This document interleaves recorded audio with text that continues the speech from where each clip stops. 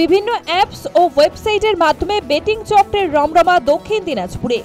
বেআইনি এই চক্রে পড়ে বেশ কয়েকজন যুবকের মৃত্যু ও বহু পরিবার সর্বশান্ত হয়েছে। অভিযানে নেমে বেশ কয়েকদিন আগে 12 জনকে গ্রেফতার করে পুলিশ। ধৃতদের মধ্যে একজন হোটেল ব্যবসায়ী পিন্টু ঘোষ। পুলিশ জানতে পারে এই চক্রের মূল পান্ডা মোট 3 জন। ধৃত পিন্টু ছাড়াও বাকি 2 জন অপূর্ব সরকার ও কুণাল দাস। গ্যাংটকে গা ঢাকা দিলেও শেষ রক্ষা হয়নি তাদের। পুলিশ সিকিমের গ্যাংটক থেকে অপূর্ব সরকার ও কুণাল দাসকে গ্রেফতার করে। অপূর্ব গঙ্গারামপুর এলাকায় নয়াবাজার হাই স্কুলের শিক্ষক। আদালতের নির্দেশ পেয়ে অভিযুক্ত শিক্ষককে পুলিশ নিজেদের হেফাজতে নেয়। তাকে জেরা করে পুলিশ বালুরঘাটের রঘুনাথপুরে ফরেস্ট রোড এলাকায় তার শ্বশুরবাড়িতে বেটিংয়ের টাকা লুকিয়ে রাখার কথা জানতে পারে। রবিবার সন্ধ্যায় অপূর্ব শ্বশুরবাড়িতে হানা দিয়ে 1,17,00,000 টাকা উদ্ধার করে পুলিশ।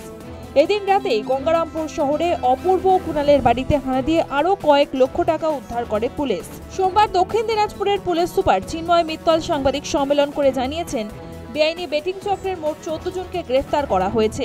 মোট 1,34,97,000 টাকা উদ্ধার হয়েছে। রেড করার পরে case number 570/25 under proper sections of BNS and gambling act করা হয়েছে গঙ্গারামপুর থানায়। और সেদিনই 12 লোককে অ্যারেস্ট করা হয়েছে। তারপরে আর 2 লোকের নাম উঠে এসছে, অপূর্ব সরকার ও কুণাল দাস, যাদেরকে আমরা পরে 2 দিন আগে গ্যাংটক থেকে অ্যারেস্ট করলাম। মানে ওই অপূর্ব সরকারের ইনলজের বাড়ি থেকে অ্যারাউন্ড 1.17 করোড় টাকা সিজ হয়েছে। এই ঘটনায় যাতে পুনরাবৃত্তি না হয় চাইছেন বালুরঘাটবাসী।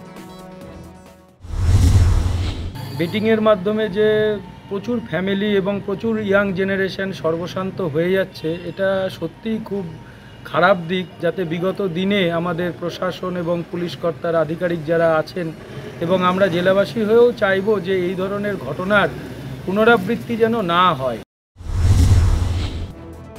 এই ঘটনায় এলাকায় ব্যাপক চাঞ্চল্যের সৃষ্টি হয়েছে। চক্রের বাকিদের খোঁজে তদন্ত চালাচ্ছে পুলিশ। News time.